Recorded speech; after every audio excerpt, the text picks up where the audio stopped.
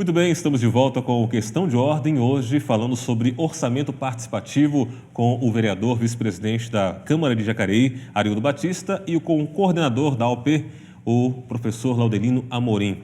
Eu pergunto como é que é a participação do prefeito e do vereador, juntamente com a comunidade, no orçamento participativo? Como é que de fato é decidido ali na reunião? Que parte corresponde a cada um? Bom, eu posso falar com muita tranquilidade porque estive tanto no Executivo, estou agora no Legislativo. Na verdade, esse processo ele tem uma isenção da parte do que se diz de influência, né, nas questões da decisão. Até porque a gente quer mudar essa lógica.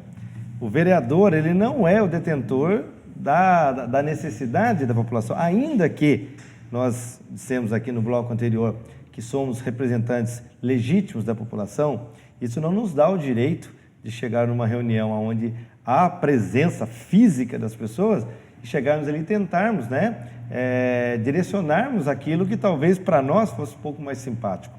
Primeiro, porque acho que o Laudelino foi muito feliz quando coloca a realidade local, ou seja, as pessoas que vivem o problema, as pessoas que têm aquelas necessidades, são eles que devem opinar e devem buscar aquelas necessidades. O vereador, acho que ele tem um papel muito mais importante no apoio à organização dessas pessoas, na divulgação. Hoje nós temos aí o Facebook, que é uma máquina muito rápida, um processo quase que instantâneo de informação, onde nós devemos utilizar essa ferramenta para fazer o convite, para que as pessoas estejam realmente lá participando, para que as pessoas se apropriem desse momento onde elas vão exercer, de fato, a cidadania, ou seja, elas vão estar ali, vão estar conhecendo, elas vão estar sabendo e elas vão poder dizer exatamente aquilo que elas querem. Então, acho que o prefeito também, até porque ele já deixa essa possibilidade para que as pessoas ajudem ele a construir o seu orçamento, ou seja, a sua diretriz para fazer aquilo que é o melhor para a cidade. Então, não teria lógica a gente levar o pessoal para lá e acabarmos canalizando eles para aquilo que a gente quer. Então, a ideia é justamente ao contrário. Agora, a nossa participação ela é fundamental porque ela dá credibilidade no processo. E nós, como representantes e como fiscais da população, nós temos que estar ali justamente para dar mais lisura para o processo, ou seja, dizer que realmente, olha, as pessoas vieram aqui, participaram, elegeram os seus delegados, os representantes, e agora vão para um próximo processo para buscar aquilo que realmente a cidade precisa, ou seja, é o cidadão construindo a sua cidade. Maravilha. Existe algum processo, por exemplo, já que é apresentado pela população, assim, de confirmação por parte da prefeitura para investimento dentro de determinada área? Ou seja, se um problema é levado por parte da comunidade, por meio ali, pelo todo esse processo que nós falamos aqui, depois que é feita essa reunião, antes do recurso ser de fato liberado para esse fim, existe algum mecanismo que a prefeitura utiliza para poder comprovar que aquela realmente é uma necessidade? Sim, na verdade, constatar que é necessidade já foi constatada a partir do momento que os próprios moradores já apontaram. Mas existem critérios e essa demanda, essa decisão do Conselho do Orçamento Participativo, aquilo se torna lei no município. A lei orçamentária, tanto a LOA, quanto a LDO, quanto o PPA, que só para as pessoas compreenderem melhor, o PPA é um plano de investimento que o governo faz por 4 anos. Ele faz no seu primeiro ano de mandato, valendo para os próximos 4, que pega os outros 3 e o primeiro ano do próximo mandato. Sim. Então, o PPA é um plano plurianual. Tem a LDO, que é uma lei de diretrizes orçamentária para o ano seguinte, é mandado para a Câmara até o final do mês de abril, para que a Câmara vote até o mês de junho. E tem, finalmente, a LOA, que é a Lei Orçamentária Anual, que é mandada no segundo semestre e a Câmara tem que aprovar ela até o final de dezembro.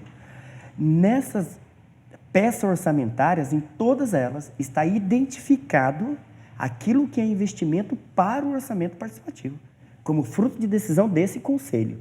Então, qualquer munícipe e o próprio conselho poderá depois acompanhar que aquilo que foi decidido realmente, se foi investido ou não, e até que ponto. E aí não é somente por uma questão de necessidade ou não daquela comunidade.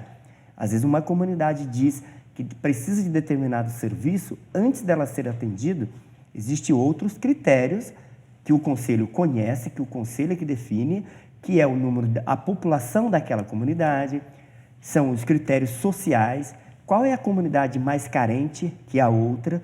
Então, esses critérios são somados com a necessidade técnica, mas também com a carência social e com a população que será beneficiada. Ou seja, a carência é o fator predominante. Então, por onde começar? O fator predominante. Qual é a necessidade, é a questão da carência social, os problemas existentes naquela comunidade que nós precisamos investir lá. E como que a sociedade tem acesso a essa informação, por exemplo? Porque eu posso imaginar que a minha comunidade é uma comunidade carente, porque a gente vê ali a carência da minha comunidade, mas talvez eu não conheça de fato a carência de outros bairros, as demais. Como é que a população tem esse conhecimento de qual é a mais carente? Fazendo justamente aquilo que está sendo desafio ainda hoje, participar. Porque é participando, porque durante os 12 anos, por exemplo, a própria metodologia do orçamento, ela prevê prestação de contas. Então, eu fui num determinado ano e pedi e disse lá, escrevi que precisava de um serviço, de uma obra na minha região. Se eu também não der mais atenção, depois eu não vou saber se ela foi atendida ou não, ou se ela não foi, que normalmente, se foi construído aquilo que eu pedi, eu vou perceber. Mas se não foi, o porquê? E é esse o desafio da participação. Não é porque aquilo que eu pedi no ano ainda não foi atendido que eu vou dizer que aquilo não serve. E é esse descrédito que nós temos que tomar cuidado, porque tem muitos que querem que a população fique sem saber de nada e ficam dizendo por aí que o orçamento participativo não funciona, que na verdade não é participativo nada. Mas é sim. Só que como nos provoca Rubem Alves, a política e a jardinagem. Conheça primeiro a terra, escolha bem a semente. Não dá para querer uma árvore só para ter sombra. Se você quer bons frutos, existe um processo, existe uma lógica que vai ano a ano para poder se fortalecendo e resolvendo o problema da comunidade. Porque se fosse tão simples você ir numa reunião e colocar num papel aquilo que você quer, nós não teríamos mais problemas na cidade de Jacareí. E esse é o desafio do orçamento participativo e principalmente desafio para aqueles vereadores ou para aqueles políticos que não querem que o povo saiba de nada, porque daí vai continuar dependente deles. A ferramenta do orçamento participativo, ela liberta você, mostrando para você como funciona o orçamento participativo, o que pode, o que não pode ainda naquele ano, o que eu tenho que considerar na hora de decidir os investimentos do município. E é por isso que, apesar de todos os desafios que ainda temos, Jacareí está avançando, porque você um dia já conheceu, se participou ou não, mas sabe que em Jacareí existe o orçamento participativo. Daniel, se me permite, eu gostaria aqui de colocar uma situação que são dois momentos interessantes que acontecem no orçamento participativo e que eu acho que responde um pouco a sua pergunta. Como que as pessoas ficam sabendo qual é a região que tem maior ou menor necessidade? Existem duas etapas no orçamento participativo que se chama Caravana da Cidadania. O que acontece? Aquelas pessoas, delegados, né, e dos delegados saem os conselheiros, a prefeitura faz um convite para essas pessoas. Isso normalmente acontece num sábado, na parte da manhã, ou às vezes ocupa o sábado inteiro. Ela freta, aí depende da demanda, né, de 1 a 2 ônibus, né? E esse ônibus, ele percorre a cidade em algumas regiões que foram apontadas com as necessidades, né, antes e durante o processo. Por quê? Antes, para que as pessoas tenham essa sensibilidade de dizer, puxa vida, né, eu estou achando que lá que estou reclamando que a minha pracinha lá não tem brinquedo, mas olha a situação desse pessoal aqui, né? Olha aqui, ó, sem pavimentação, quando chove, olha a situação. Então a pessoa também tem aquela sensibilização. E no momento em que as obras estão acontecendo, né? As pessoas também têm oportunidade, né, de fazer um tour pela cidade e verificar aonde o dinheiro dele está sendo investido. Então, passa-se em todos os lugares, praticamente, onde estão acontecendo obras, para que as pessoas saibam exatamente como que o seu dinheiro está sendo aplicado na cidade. Porque é muito comum as pessoas falarem assim, mas eu não estou vendo nada, eu não estou vendo obra nenhuma. Por quê? Porque as pessoas, às vezes, ou ficam muito no centro da cidade, ou ficam só no seu bairro. Então, essa é uma oportunidade interessante, e aí não dá para levar toda a cidade, mas, obviamente, que aqueles delegados, como eu disse, foram eleitos legitimamente num processo democrático para representar. E aí é preciso haver uma interação. Eu digo de novo, o Facebook hoje é um instrumento fundamental nesse processo de democratização da informação.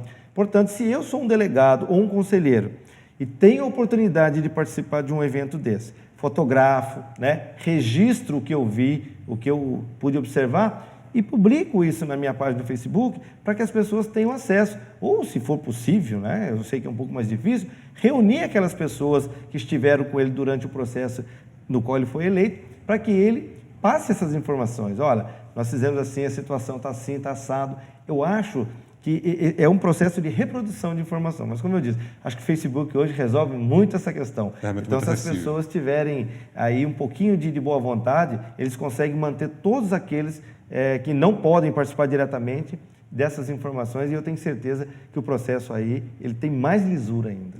Muito bem, vocês falaram que o fator primordial seria a questão do bairro mais carente. Mas, por exemplo, existe alguma medida dentro dessa resolução de que pode ser também um bairro atendido de acordo com a sua necessidade, talvez de maior necessidade ou de menos carência, mas de maior necessidade, por exemplo, num problema que seja de ordem urgente, por exemplo? Existe essa abertura? Sim. Ou não tem que seguir exatamente a questão da carência? Eu não disse que o predominante é a carência. Se a carência é um dos critérios. Uhum. Por isso que existe. O COPAGE ele é composto pelos representantes da comunidade e também por membros do governo. Sim. Que são os técnicos que têm as informações. Então, se nós temos uma demanda muito grande na cidade, independente daquilo que foi reivindicado numa comunidade carente, isso é considerado. O que não é mais decidido é somente, como nós dissemos, no gabinete do prefeito. É o conselho que recebe essas informações e é sensibilizado a ajudar a definir isso. Porque, como diz a sociedade, ela nunca está pronta, ela está em constante evolução. Sim. Então, determinado problema pode aguardar mais. Qual que vai aguardar agora, qual que vai ser realizado agora? Então, existe sim, conforme o próprio regimento do orçamento participativo. O bacana disso é que essa definição, ela não é somente por uma pessoa, é por esse conselho. E voltamos a dizer que o orçamento participativo ele não veio apenas para que as pessoas ajudem a escolher as obras e fez a obra e acabou. O orçamento participativo tem que ser uma ferramenta, principalmente da população, para trazer cidadania, para entender o funcionamento do poder público. E é o que antes nós não tínhamos. Então, nós não podemos agora, na cidade de Jacareí, que existe essa ferramenta, nós também não participarmos. Uhum. E esse é o desafio. Minha rua foi asfaltada, agora não preciso participar mais. Mas e aí? Quanto se arrecada na cidade? De que forma que está gastando isso? Aprenda, busque as informações, goste de participar, porque, novamente, já é um outro que diz isso, mas se você não gosta de política, terá sua vida comandada por quem gosta. Então, participe do orçamento participativo, porque daí você vai ajudar a decidir tudo relacionado à qualidade de vida na sua cidade. Muito bem, agora eu gostaria que o senhor falasse, coordenador, com os trabalhos que têm sido realizados pelo orçamento participativo. Inclusive, o senhor trouxe algumas fotos aí, nós estaremos mostrando, já que a TV Câmara também é um canal de informação da cidade, onde o munícipe tem esse acesso de conhecer um pouquinho mais daquilo que está sendo realizado na sua cidade. Vamos mostrar então um pouquinho, o senhor comente, por favor, essas fotos que o senhor trouxe daquilo que está sendo feito na cidade relacionado ao orçamento participativo. Como decisão do orçamento participativo, nós temos aí a infraestrutura, que é a pavimentação dos bairros, é o que mais aparece, porque historicamente foi um abandono muito grande, loteamento sem infraestrutura. Então o orçamento participativo está possibilitando que essa demanda também seja contemplada aí nas comunidades. Nós estamos vendo essa obra de pavimentação dos bairros, como temos também na área da saúde, a questão aí da ampliação, construção de UBS, como melhores condições de atendimento para os profissionais, mas também de atendimento ao público. E uma foto que realmente nos alegra, que nos dá a certeza de continuar, é essa foto aí da comunidade do Veraneio Jau, onde a água encanada, quando foi inaugurada a rede de água, essa foi a marca de todo esse trabalho, a certeza de que essa ferramenta precisava continuar firme em Jacareí. Mas a obra de pavimentação que nós vimos junto com essas obras é o que vai dando essa segurança de que de fato as coisas estão acontecendo. O Educa Mais é um equipamento muito bom, voltado na área da educação, do esporte, onde existe criança sendo atendida no tempo integral. Isso também foi uma decisão pelo orçamento participativo. E aí as EMEIs, com reforma e ampliações também, que são demandas que aparecem, sim, nas reuniões, nas plenárias do orçamento participativo. Voltando da água, né? Analisando a inauguração da instalação da rede de água no início do orçamento participativo. E hoje nós podemos falar da aquisição de 2 grandes equipamentos esportivos em Jacareí, que é o antigo Trianon e também o Esporte Clube Elvira, que hoje é da população de Jacareí, demonstra que o orçamento participativo, com transparência, com a sua fiscalização, fez com que os cofres públicos em Jacareí pudessem chegar a esse ponto, de levar água encanada para as pessoas carentes, mas também mostrar que um equipamento da importância do antigo Trianon e também do Esporte Clube Elvira tornasse-se um Educa Mais, que é um equipamento de educação e de esporte para todos que moram na cidade de Jacareí. Muito bem. Nós, infelizmente, chegamos ao final aqui do nosso programa Questão de Ordem. Queremos agradecer aqui a presença do coordenador da OP, do Orçamento Participativo de Jacareí, professor Laudelino Amorim, e também do vice-presidente da Câmara de Vereadores, o vereador Arildo Batista. Queremos agradecer a presença de vocês aqui. Muito obrigado pela participação aqui no programa Questão de Ordem. O Questão de Ordem vai ficando por aqui, mas na próxima semana voltaremos com mais um assunto, com mais um tema para você que é da cidade de Jacareí, ficar mais informado, bem informado daquilo que acontece aqui na sua cidade. Obrigado pela audiência e até o nosso próximo encontro.